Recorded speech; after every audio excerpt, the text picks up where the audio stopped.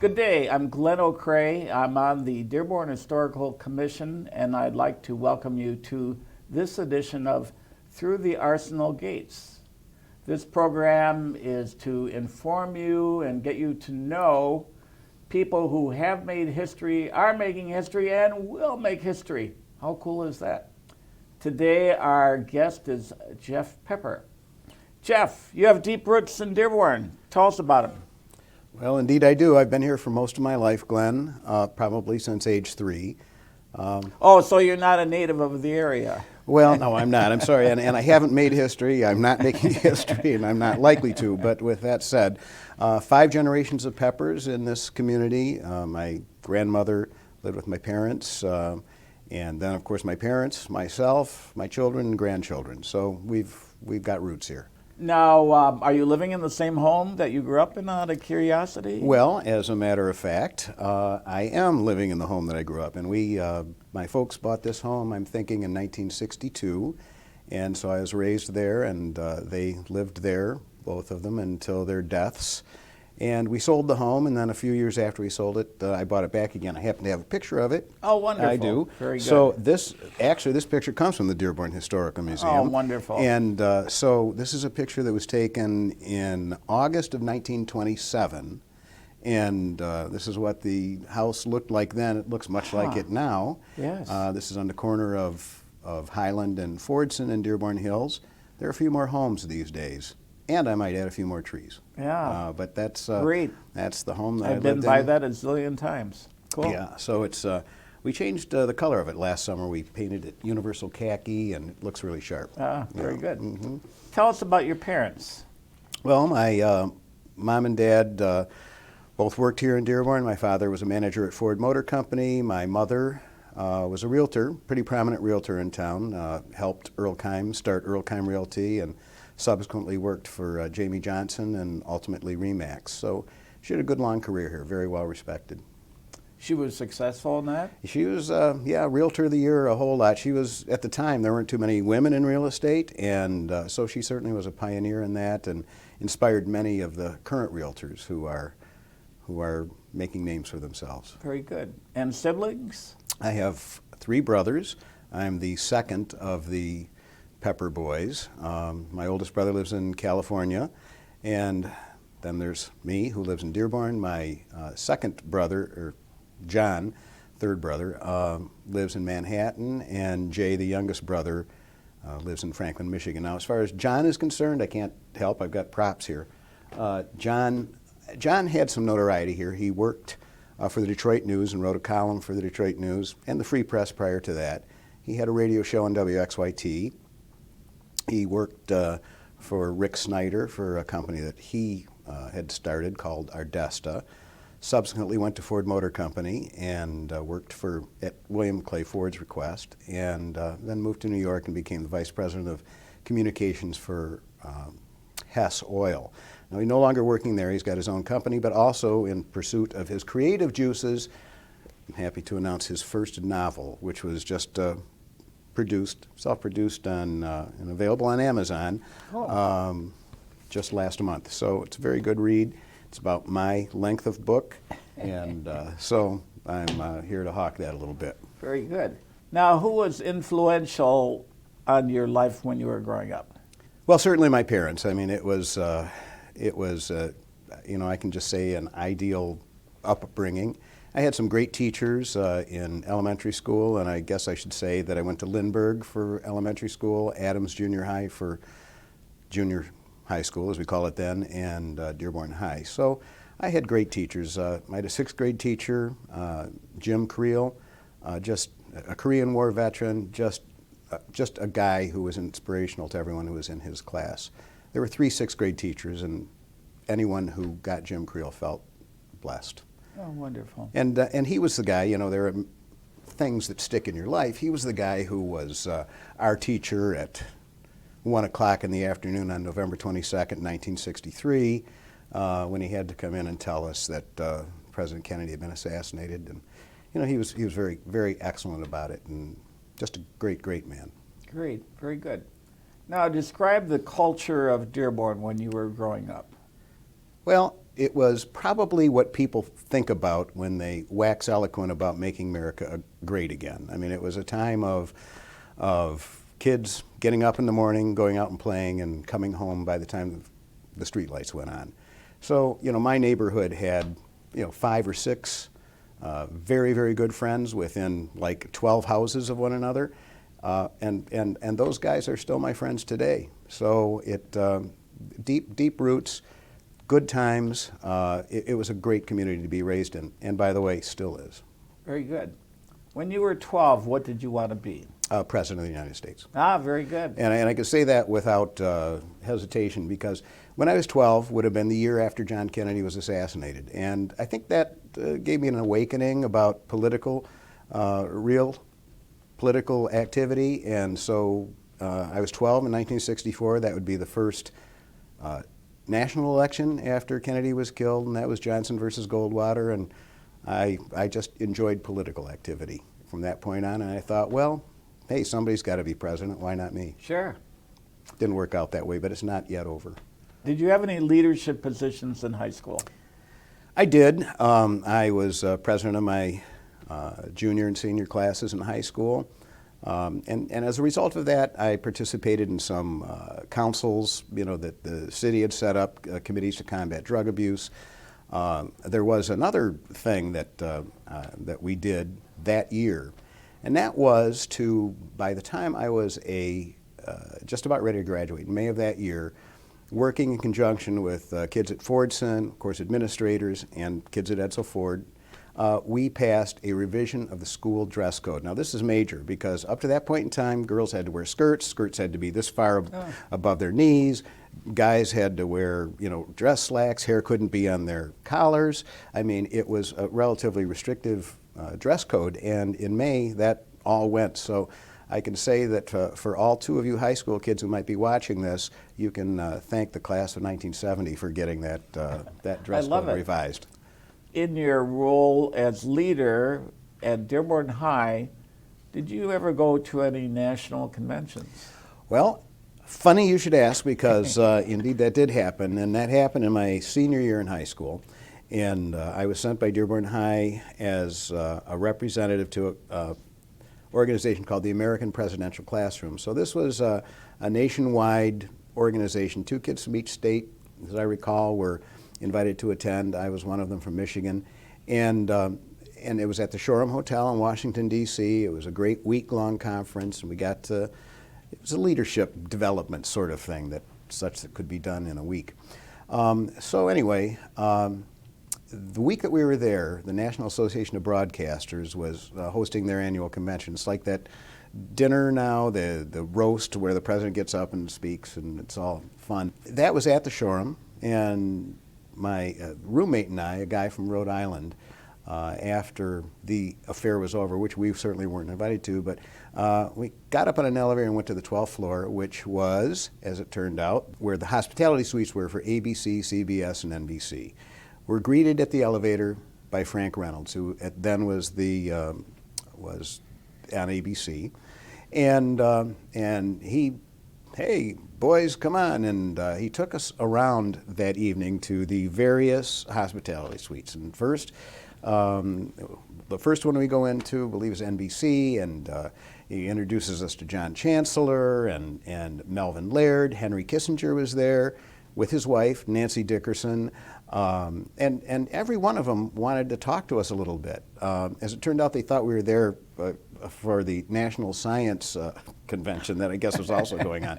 But then, from there we go down the hall to the ABC hospitality suite, and these anchors were mixing it up, and in there's Roger Mudd from CBS, and Walter Cronkite, and various senators, Eugene McCarthy, who had just run in 1968 unsuccessfully for president, and George McGovern, who was about to run 2 years in the future for president. Just Spiro Agnew in the NBC suite or the CBS suite, I forget. I have pictures of all of this. It was kind of cool, for a high school senior to be meeting the definite power elite all in one place. It was quite an inspirational experience for a kid. Cool. Where did you go to college? Went to college at Michigan State University. Now, did your high school prepare you for this? Yes, it did. Now, I had a big class, 608 students in graduating class. I think it was something like 85 or so kids from my class went to Michigan State. I don't believe that I intended to go to Michigan State University, but it was the fall of my senior year, and there were 3 girls in my class who I liked, and we had a great deal of fun together. And they had to go to Michigan State for an interview because their application didn't quite get them in, so they had to go to be interviewed on campus. I drove them up one fall day, got on that magnificent campus, leaves falling, bustling, busy, just energetic place. And I said, this is where I want to go. So I submitted a late application and was very happy to be accepted at that wonderful land-grant university. Very good. I might add that the 3 girls didn't get in, but they went to Western Michigan University, and they did transfer in their sophomore year. Ladies and gentlemen, we give you the case of a typical selection of college process here. Yes, there it is. I missed this item, and I meant to ask you. Now, you wanted to be president of the United States. Have you ever run for office? Well, I have, and that's probably life's experience taught me early on that I was not likely to be president of the United States. When I was 22 years old, so I'm just out of college and just starting law school, I ran for county commissioner here in Dearborn. I ran as a Republican and lost to John Lisinski, former congressman. But it was a very close race. I had no money, but I had energy, and I had been an advertising major at Michigan State University. Yeah, it was an exciting race. Well, how about any prior political experience? Prior to running for... Yeah. Oh, I was active in politics thanks to my father. He was a Republican, but one of our parents' good friends was a woman by the name of Barbara Dumichel. She was on the State Board of Education, and she was a Republican. So, my dad would take me down to these state conventions in Detroit, and I'd be there helping Barbara by, putting her material on the chairs throughout the convention hall.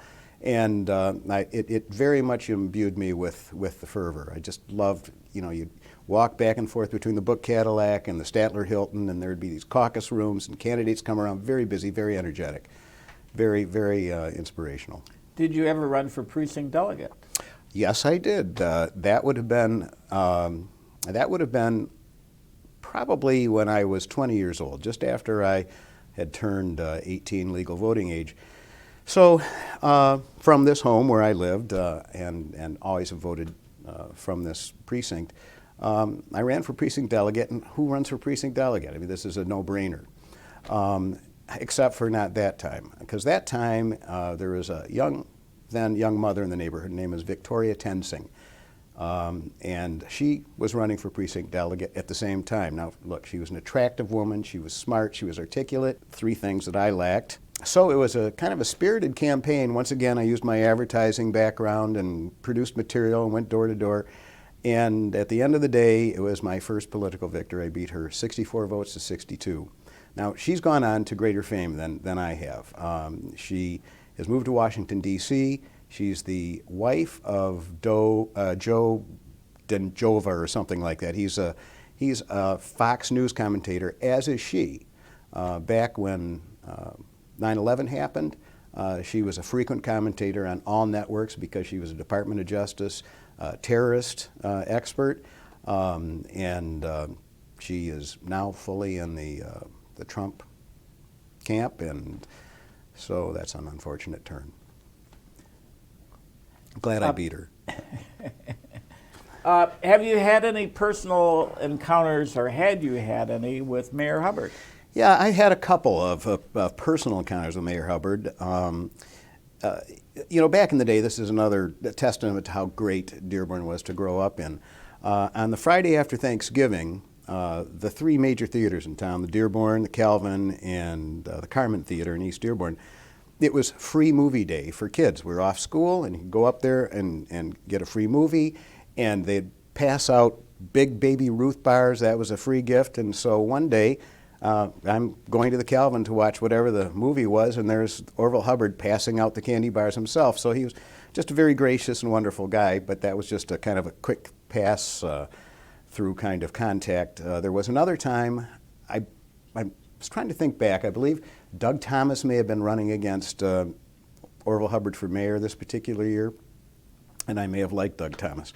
And so I got up in the morning and go past Dearborn High, because I lived right there, and here are Orville Hubbard signs on cars parked in no parking zones, which the signs had been covered up. Well, I was furious. So I called City Hall and I spoke with a woman. I said, I just want to file an objection here over these Orville Hubbard signs that are in no parking zones. It strikes me as very unfair. She says, just a minute. And so a minute later, hello, this is Mayor Hubbard. So Mayor Hubbard comes on the phone, and you know, I'm this little kid and gagged through whatever. Have a nice day. And I think I forgot why I called, but kind of intimidating for a kid. Very good. Now, you went to Michigan State for undergraduate school, and you majored in marketing. Out of curiosity, why did you major in marketing? Because no math classes were required. It's pretty simple. Yeah. How we end up where we are. Yes. Oh. And where did you go to law school? I did my first year at the University of Detroit, and I did my latter 2 years at Wayne State University. Why did you switch schools? Well, at the time, Wayne State University was a higher ranked, and I think it still is a higher ranked and nationally recognized law school. But the larger issue there was that it was a public school and therefore less expensive. Yeah, right. Tell us about your children. Well, I have five. We have five, Cynthia and me, and four of them live here in town, and one lives in Seattle. And they're all in their 30s now. 3 grandchildren from 2 different families, and it's all good. It's good to see these kids being raised here. Very good. And Cynthia, tell us about Cynthia. Well, Cynthia is the HR director here in the city of Dearborn, and you guys may or may not know that, and she is just a wonderful inspiration to me. I know that one of the things we wanted to talk about here perhaps is who has inspired and informed my life. Well, certainly Cynthia would be right there at the top of the list. Very good. How did you meet her? Well, I met her through her sister, who I went to Michigan State with. And so she is from a family in Dearborn. Her father was also in real estate. His name is Matt Cadillo, so there's Cadillo Real Estate. 5 sisters in that family, 4 brothers in my family, or 4 boys in my family. And so her sister Barb was at Michigan State in the dorm that I lived in, and I met her, and years later was introduced to her sister, who became my wife. Very good. Now, what is your philosophy of life? It's pretty simple. It's do unto others as you would have them do unto you. The Beatitudes, the St. Francis of Assisi prayer, I guess those would be things that guide me. I live and let live. I just think that what you can do to make the world a better place for others is a good trajectory. Good, very good. Now, typically, people have had various jobs in their life before they get the real one. Any interesting jobs you've had along the way? Well, probably my law practice has been the most interesting of it. But I did many things as kids raised in Dearborn then did do. I was a coach for the Adre League down at Ford Field for a couple of years. I was a park director at Howard Park for a couple of years. When I was pursuing my advertising career at Michigan State, I got some good jobs. I was a pretty decent student in advertising. I worked at the Detroit Free Press as an intern. It was just a ridiculously highly paid job for a college kid, and expense account and all this. I would say, and the job was we were supposed to get out there and sell ads, and so what you would do, the interns, 2 of us, we would take the place of somebody who's on vacation or what have you. So I get assigned to a guy who's going to be gone for 6 weeks, basically half the summer. And his territory was over in Grosse Pointe. And so I hop in the car with him. He says, okay, here's the deal. We're driving down Jefferson Avenue. He says, see that park over there? That's Windmill Point. I hope you get real familiar with it because I don't want you visiting any of my clients while I'm gone. And I don't do anything. And okay, well, this didn't strike me as what my job was supposed to be, but people were wondering why I had such a good tan that summer. At work. I love it. Yeah, right. Yeah, so, very good. Yeah. Now, how long have you been practicing law?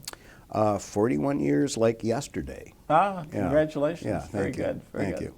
Any interesting cases that you can share? You don't have to share the names of the people that were involved.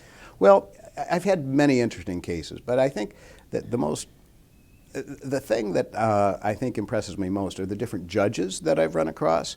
I mean, I can say that when I started practicing law in '77, that our Wayne County Circuit Court was a bunch of old white dudes who were mean-spirited and not very welcoming, and in retrospect, not very smart.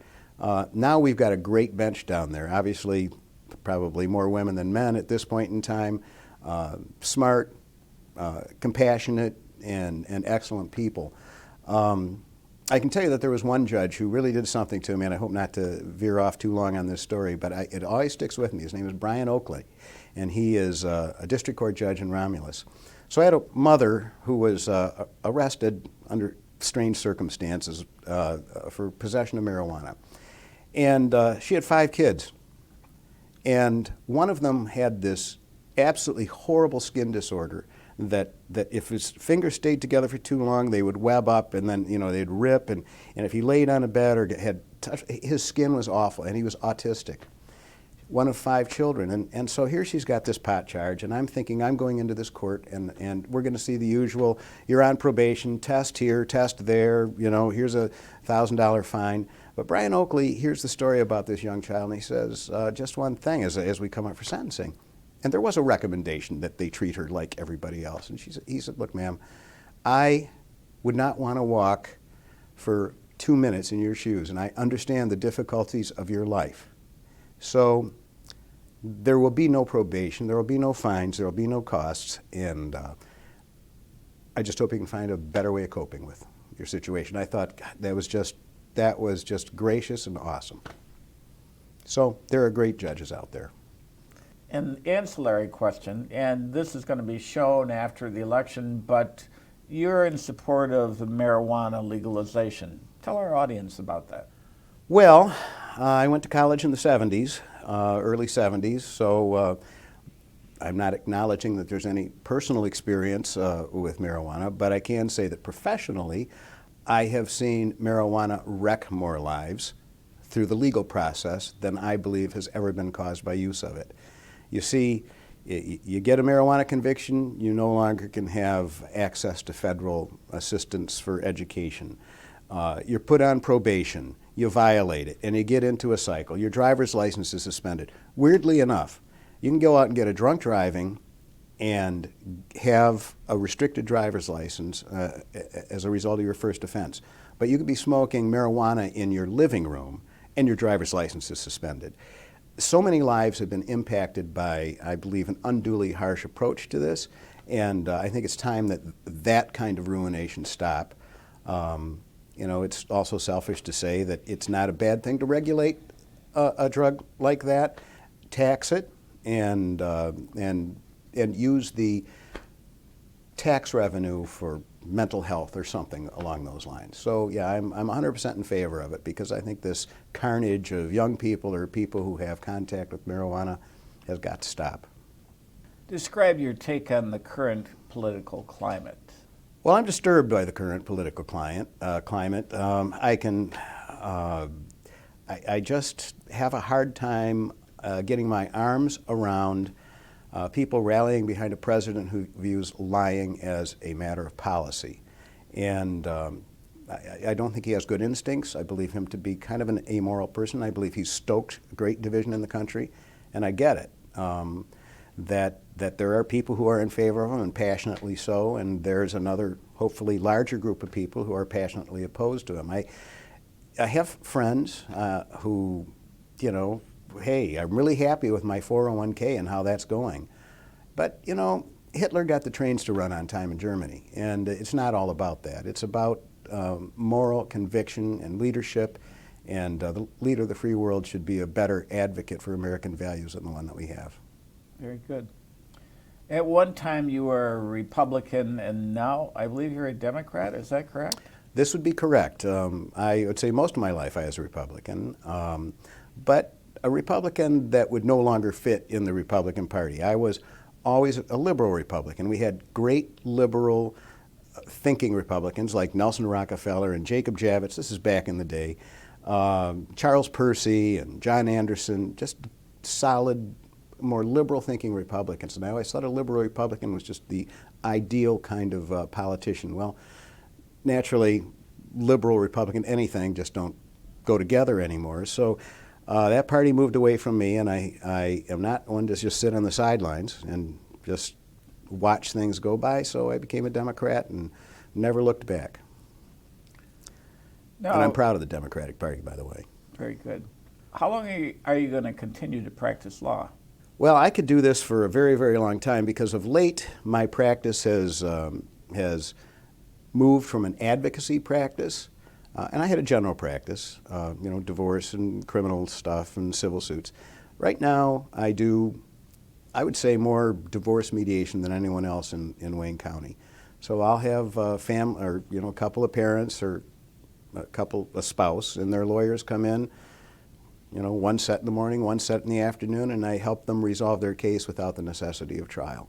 And it's a more ameliorative approach to divorce, and so I love it. I get up in the morning and go into my office and deal with these folks and help them solve their problem. It's quite rewarding, and try to bring some calmness and some dignity to the process. And I'm a big believer in mediation, and I like doing it. I could do this until I'm no longer relevant. Excellent. What do you want people to say about you after you've moved to the next life? There was a tombstone that I saw in a cemetery in Key West, and the inscription was simply, "I told you I was sick." And so, what people say about me after I'm gone, yeah, I guess he was sick. But I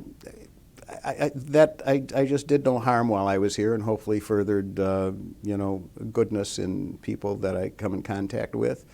I'm sure they'll say I was easy to buy for Christmas and birthdays, because they'll say, yeah, it's either Michigan State stuff or Canadian Club. I mean, you can't go wrong. So yeah, I don't expect any huge accolades, but I hope selfishly that people might be sad to see me go. Very good. Yeah. Ladies and gentlemen, I hope you've enjoyed this interview with Jeff Pepper, attorney at law. If you enjoyed it, tell all your friends. If you didn't enjoy it, keep it to yourself. Thanks so much for joining us. All right. Thanks for having me.